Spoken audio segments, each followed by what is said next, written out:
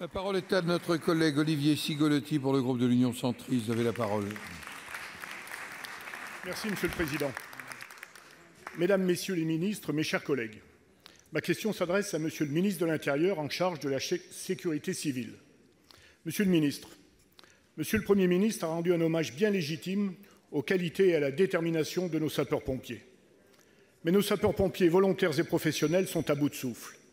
Ces hommes et ces femmes dont l'engagement au service de nos concitoyens force le respect sont sur tous les fronts et doivent faire face à une sursollicitation en intervenant parfois et de plus en plus souvent pour des missions non urgentes. Ces soldats du feu sont devenus dans nos territoires des soldats de la santé, à force de pallier aux lacunes de notre système de santé. Monsieur le ministre, à l'occasion du congrès de la Fédération nationale à Vannes, il y a quelques jours, vous le rappeliez vous-même, il y a entre les Français et les sapeurs-pompiers une relation spéciale. Mais ces derniers n'en peuvent plus, et notre modèle de sécurité civile est en danger. Ils n'en peuvent plus de pallier à toutes les sollicitations et de répondre à tous les défis.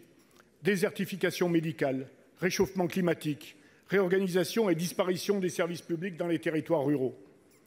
Toutes ces évolutions concourent à une situation malheureusement similaire à celle des urgences. Beaucoup de questions sont posées, mais peu de réponses leur sont apportées.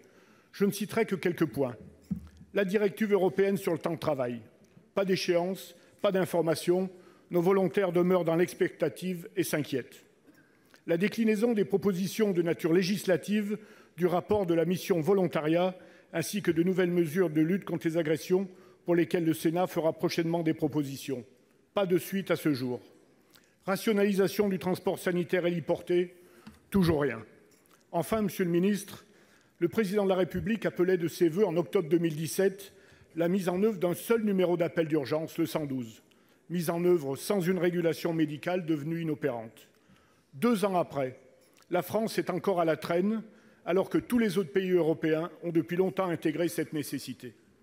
Monsieur le ministre, ma question est claire, et j'espère que votre réponse le sera tout autant.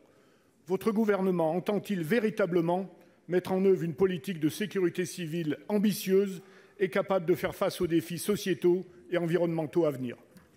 Pour vous répondre, la parole est à Monsieur le ministre de l'Intérieur, Monsieur Castaner. Merci, Monsieur le Président, Mesdames, Messieurs les sénateurs. Monsieur le sénateur, vous avez raison. Il y a un malaise palpable, réel, chez nos sapeurs-pompiers, compte tenu d'un certain nombre de dysfonctionnements cumulés. Et notamment celui que vous évoquez, qui est la sursollicitation liée aux interventions dans le cadre du service d'urgence à personne. 84% de leur activité qui est mobilisée dans ce cadre-là, avec trop souvent, pas pour l'essentiel des cas, mais trop souvent le sentiment qu'ils sont appelés pour des missions qui ne relèvent pas de leur savoir-faire et de leur formation. Et ils ont raison en cela. C'est la raison pour laquelle, avec la ministre de la Santé, nous travaillons d'ici la fin de l'année à faire des propositions concrètes pour aller vers ces plateformes communes de gestion des appels, et je ne prononce pas volontairement de numéro de téléphone pour ne fâcher personne, mais des plateformes communes qui nous permettent d'avancer. Dans certains départements, on nous a montré l'exemple, je pense à la Haute-Loire, je pense à la Loire, qui a fusionné leurs plateformes pour avancer dans le même sens et pour avoir une cohérence d'ensemble dans la gestion des appels. Vous m'interrogez aussi sur des mesures prises à court terme, et elles sont nécessaires. Et lors du congrès de Vannes, j'ai pu en évoquer quelques-unes sur lesquelles nous sommes convenus avec la ministre de la Santé d'avancer. La création, par exemple, de coordinateurs ambulanciers pour limiter les carences d'ambulances qui sont assurées aujourd'hui par les sapeurs-pompiers. L'amélioration de la coordination entre les ARS et les SDIS avec des emplois dédiés pour ce sujet-là et des missions confiées en particulier aux directeurs d'ARS pour fluidifier ce système-là.